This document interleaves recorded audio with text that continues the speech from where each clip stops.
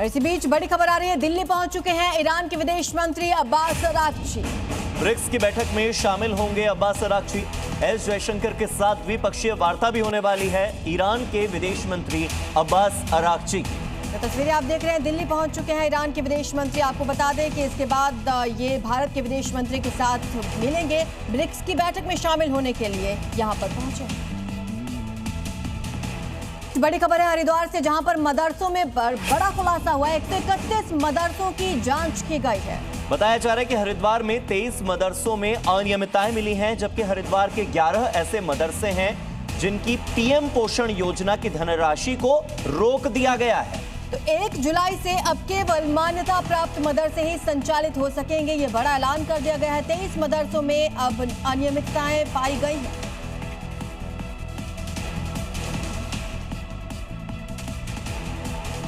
उत्तराखंड में एसआईआर की प्रक्रिया शुरू होते ही एक तरफ जहां पर राजनीति सियासत बहुत तेज हो गई है, तो दूसरी तरफ मस्जिद जो हैं, जितने भी मदरसे हैं, वहां पर भी हलचल तेज हो गई है। इसका कारण है एक पोस्टर जो कि देहरादून समेत कई मस्जिदों पर चिपकाया गया है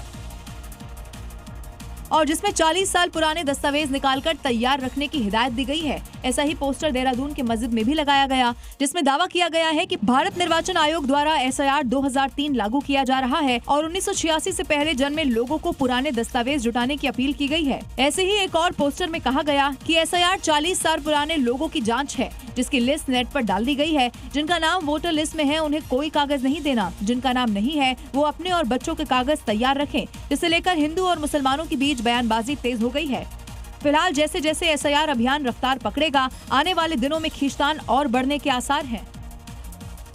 और आइए अब आपको दिखाते हैं वो 5 खबरें जो राजनीति से जुड़ी हैं, पॉलिटिक्स से जुड़ी हैं। नीट पेपर लीक के विरोध में एनएसयूआई आज देश भर में प्रदर्शन करेगी, अपना विरोध जताएगी। इसकी शुरुआत राजस्थान से होगी, जिसके तहत बीजेपी के तमाम नेताओं के घर पर शिक्षा चोर के पोस्टर्स लगाए जाएंगे। मंत्रिमंडल विस्तार के बाद मुख्यमंत्री योगी आदित्यनाथ ने पहली कैबिनेट मीटिंग की और इसमें पीएम मोदी की अपील के बाद मंत्रियों को अगले 6 महीने तक विदेश यात्रा से बचने की सलाह दी। पब्लिक ट्रांसपोर्ट के इस्तेमाल पर जोर दिया गया। पेपर लीक मामले की जांच सीबीआई को सौंपने पर अरविंद केजरीवाल ने निशाना साधा। कहा कि सीबीआई किसी को सजा नहीं दिला सकती, वो उन्हीं को रिपोर्ट करती है जो पेपर लीक कराते हैं। केरल के सीएम के नाम पर सस्पेंस खत्म हो चुका है, क्योंकि आज प्रदेश के नए सीएम के नाम का ऐलान होने ही वाला है। कल राहुल गांधी और मल्लिकार्जुन खड़गे के बीच फाइनल चर्चा हो चुकी है, यानी कि नाम तय हो चुका है, सिर्फ ऐलान होना बाकी है। इस रेस में केसी वेणुगोपाल, बीडी सतीशन और रमेश चन्नथला का नाम जो है वो चर्चाओं में है। राजस्थान के जालौर में आयोजित ग्राम विकास चौपाल के कार्यक्रम के दौरान मुख्यमंत्री भजनलाल शर्मा ने ग्रामीणों के साथ संवाद किया। इसके बाद सीएम भजनलाल ने उन्हीं ग्रामीणों के साथ जमीन पर बैठकर खाना खाया।